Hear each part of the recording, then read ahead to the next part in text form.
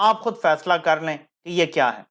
Missile جو ہے وہ اس طرح کی چیز ہوتی ہے. یہ باقاعدہ اس کے اندر جیسے یہ دیکھو یہ فیٹ ہو جاتا ہے. تو یہ آپ دیکھ سکتے ہیں کہ یہ کوئی مارٹر ہے. جس نے بھی اگر کوئی اسلحے کو تھوڑا سا بھی جانتا ہے, اگر اور نہیں جان سکتا تو گوگل پہ جا کے دیکھ لیں, وہاں پہ مارٹر لکھے اور مارٹر سے وہ اندازہ لگائیں کہ یہ مارٹر ہے. اس طرح کا مارٹر نہیں ہوتا, یہ باقاعدہ میزائل ہے. اس کے اندر باقاعدہ الیکٹریکل ساری چیزیں لگی ہوئی ہیں یہ, اور اس پہ یہ سارے یہ نمبرز وغیرہ لگے ہوئے ہیں. یہ اس کے اندر سارے جو گیجٹس ہیں یہ الیکٹریکل گیجٹس ہیں. تو یہ ہو ہی نہیں سکتا کہ کوئی یہ مارٹر ہے. یہ باقاعدہ میزائل ہے اور یہ میزائل ڈرون سے داغا گیا ہے. اور باقی تو یہ وہاں کے لوکلز یہ دعویٰ کر رہے ہیں. کل بھی میں نے آپ سے کہا تھا کہ وہاں کے لوکلز یہ کہہ رہے ہیں کہ ڈرون حملہ ہوا ہے. اب آپ سمجھ جائیں کہ ایک طرف لوکلز یہ کہہ رہے ہیں کہ ڈرون حملہ ہوا ہے, اور دوسری طرف ہمیں یہ بتایا جا رہا ہے کہ یہ مارٹر گولے تھے, مطلب ہوا تھا. میرا صرف سوال ہے, چھوڑ دیں, forget about drones. کیا یہ رسپانسیبل طریقہ ہے کہ اپنے علاقوں میں جا کے آرٹلری کا اس طرح استعمال ہوگا جہاں بچے بھی ہوں گے؟ آپ ایسے کولیٹرل ڈیمیج کر سکتے ہیں؟ اپنے لوگوں کو ایسے ہی مارا جاتا ہے تو نفرتیں بڑھتی ہیں. اب جن بچوں کو آپ نے مارا ہے ان کا باپ کیا سوچتا ہوگا؟ ان کا کوئی اور بڑا بھائی ہوگا, رشتہ دار ہوگا, وہ کیا سوچتا ہوگا؟ وہ یہ سوچے گا نا کہ میں بم باندھ کے ریاست کے ساتھ ٹکرا جاؤں. اس کی آپ دنیا اندھیر کر دیں گے تو وہ کیا سوچے گا, آپ مجھے بتائیں. یہی عمران خان روتا ہے کہ ریاست اس طرح سے نہیں کر سکتی. انٹیلیجنس بیسڈ آپریشن میں آپ نے ایک بندے کو مارنا ہے, ٹروپس آن دا گراؤنڈ ہے, جائیں بندے کو. یہ مارٹر گولے کہاں سے آگے بھائی؟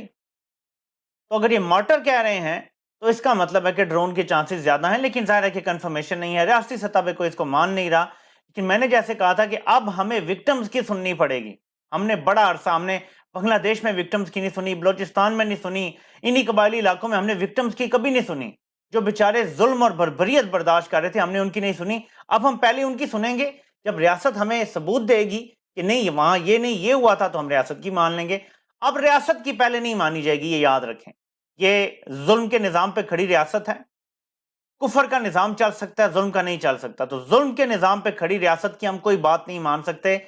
ورژن ہم مظلوم کا مانیں گے. جس کو گولی لگی ہے اس کی مانیں گے, جس کو گولا لگا ہے اس کی مانیں گے, جس کے اوپر حملہ ہوا ہے اس کی مانیں گے, کیونکہ ان کا ورژن ہی رائٹ فل ہے. اسی طرح جیسے ایف آئی آر میں آپ کو دیا جاتا ہے کہ آپ کو جس پہ شک ہے آپ اس کا نام لیں, یہ ایک لحاظ سے ایف آئی آر ہے اگر وہاں کے لوکلز یہ کہہ رہے ہیں. لیکن کیونکہ یہ پی ٹی ایم کے ایکٹیوسٹ ہیں, مجھے ان کے نہیں پتا کہ ان کی سوچ کیا ہے, ان کی نیت کیا ہے, سو اس لیے میں اپنی رائے اس طرح سے نہیں دے سکتا. صرف آپ کو کہہ رہا ہوں کہ ابھی تک کیونکہ وکٹمز یا وہاں کے لوگ یہ کہہ رہے ہیں تو پھر ہمیں یہ سمجھنا پڑے گا کہ ہم ابھی ان کی مانیں. جب ریاست دے دے گی اپنا ورژن تو ہم وہ بھی دیکھ لیں گے. تو یہ تو ہو گئی آپ کے سامنے ایک اور سازش بے نقاب. اب ایک اور سازش دیکھیں. جو عمران خان کو تانے دیتے تھے کہ عمران خان کا بڑا سیاںا کرونا ہے, انہوں نے 16 مارچ سے لے کر 30 اپریل یعنی جس دن پنجاب کے الیکشن ہونے ہیں اس دن تک پاکستان میں ماسک پہننے کا کہہ دیا ہے کہ جتنے بھی جگہ ہیں, ہیلتھ فیسلٹیز ہیں یا کراؤڈڈ جگہ ہیں, وہاں پہ آپ سب لوگ ماسک پہنیں. اور یہ ابھی شروعات ہیں. یہ ماسک سے آگے سوشل ڈسٹنسنگ کے بھی آرڈر جاری کر سکتے ہیں. پھر الیکشن کیسے ہوں گے؟ یہ بڑا آسان طریقہ ہے الیکشن سے نکلنے کا. صحت کے مسئلہ ہے, سپریم کورٹ کو بھی وے آؤٹ مل جائے گا کہ ٹھیک ہے جی ہم آئین پہ تو پابندی کروانا چاہتے ہیں لیکن لوگوں کی جان تو بچانا زیادہ ضروری ہے نا جی, جان کی حفاظت بھی آئین میں لکھا ہوا ہے.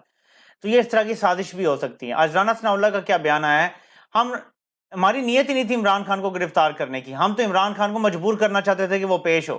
یعنی آپ کی نیت نہیں تھی اگر گرفتار کرنے کی تو پہلے آپ کہتے ہیں کہ ہمارا کوئی تعلق نہیں ہے ان وارنٹ سے, گرفتاری سے. اب آپ کہتے ہیں ہماری نیت نہیں تھی, ہم اس کو نکالنا چاہتے ہیں. یہ ایک اور کنٹراڈکشن آ گئی. ٹھیک ہے, یہ جھوٹ ان کا پکڑا گیا. نمبر 2, اگر آپ کی نیت نہیں تھی تو آپ نے اتنا بڑا آپریشن کیوں کیا؟ آپ پولیس کو وہاں بھیج دیتے, کھڑی رہتی پولیس, پیچھے کھڑی رہتی, لوگ ادھر کھڑے رہتے, کوئی لڑائی نہ ہوتی. آپ آگے کیوں بھیج رہے تھے رینجرز کو اور پولیس کو؟ لوگوں کی ہڈیاں توڑ دی ہیں. ایک بندے کا ایز آئی اسپیک آج آپریشن ہو رہا ہے جس کی بازو ایسے توڑ دیے کہ وہاں پلیٹیں ڈلیں گی. آپ اس کا ہونٹ پھاڑ دیا, اس کے دانت سارے توڑ دیے. اتنا بے رحمانہ تشدد کیا گیا ہے, اتنا لوگوں کو مارا گیا ہے کہ آپ تصور نہیں کر سکتے. اگر آپ نے صرف یہ کرنا تھا آپ پیچھے کھڑے رہتے, گھیرا ڈال کے رکھتے, کوئی مسئلہ نہیں تھا. لیکن آپ کی نیت گرفتار کرنے سے زیادہ قتل کرنے کی تھی. لوگوں نے اس کو ناکام بنایا ہے. اور اگلی چیز جو سب سے اہم چیز ہے, 10 مہینے تک مسلسل ہمیں سارے یہ جو اینکر آج بیٹھے ہوئے ہیں جو بوٹ پالچی ہیں, یہ کہتے رہے دیکھیں جی اب اسٹیبلشمنٹ تو نیوٹرل ہو گئی ہے, اب عمران خان چاہتے ہیں کہ اسٹیبلشمنٹ آ کے ان کی مدد کریں. عمران خان نے اپنی سیاست سے اور اپنی سچائی سے جب سب کو چاروں شانے چت کر دیا تو اب کہہ رہے ہیں عمران خان جتنا بھی مقبول ہو جائے اسٹیبلشمنٹ ان کو نہیں آنے دے گی. یہ کون سی نیوٹرلٹی ہے جس میں اسٹیبلشمنٹ ایک سیاسی لیڈر کو آنے سے روکے گی؟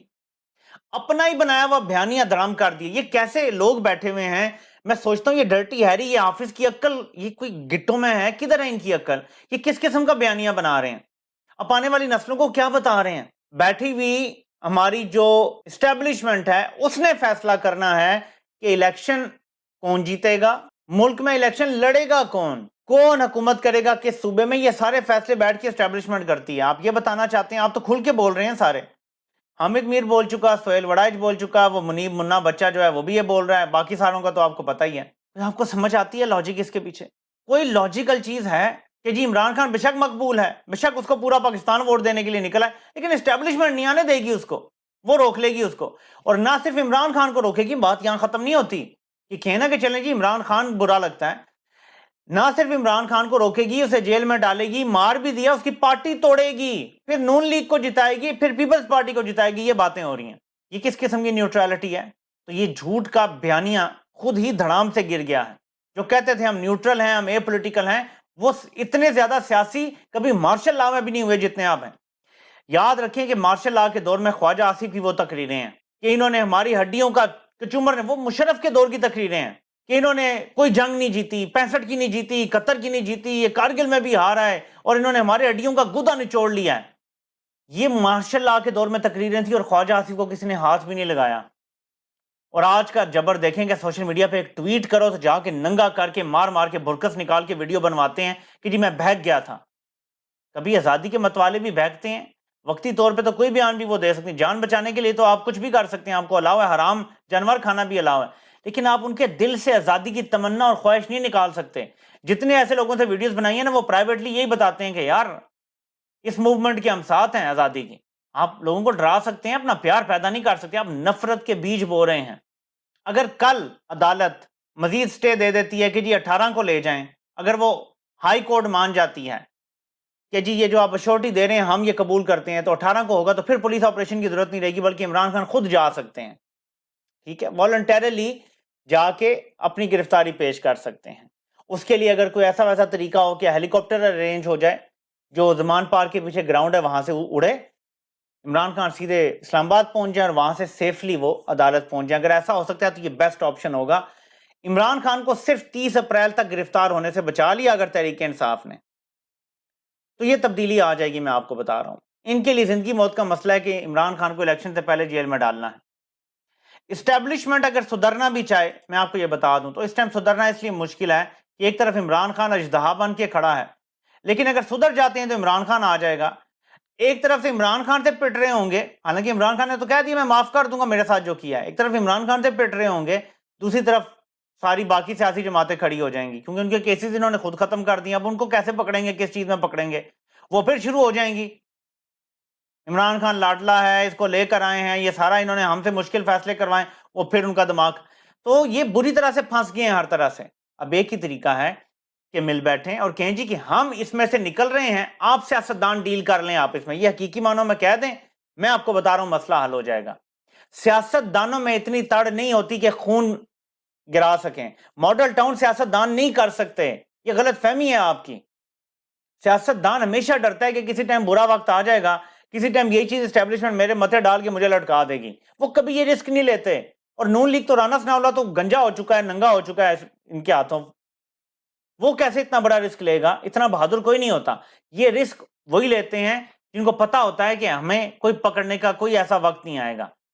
وہ کیسے یقین ہے کہ کبھی نہیں آئے گا؟ آج تعلقات اچھے ہیں، کل کو برے ہو سکتے ہیں. ان کے تعلقات کی بار اچھے ہوتے ہیں، برے ہوتے ہیں، اچھے برے ہوتے رہتے ہیں. نواز شریف کو جوتیاں مار کے نکالا بھی تو تھا نا 99 میں.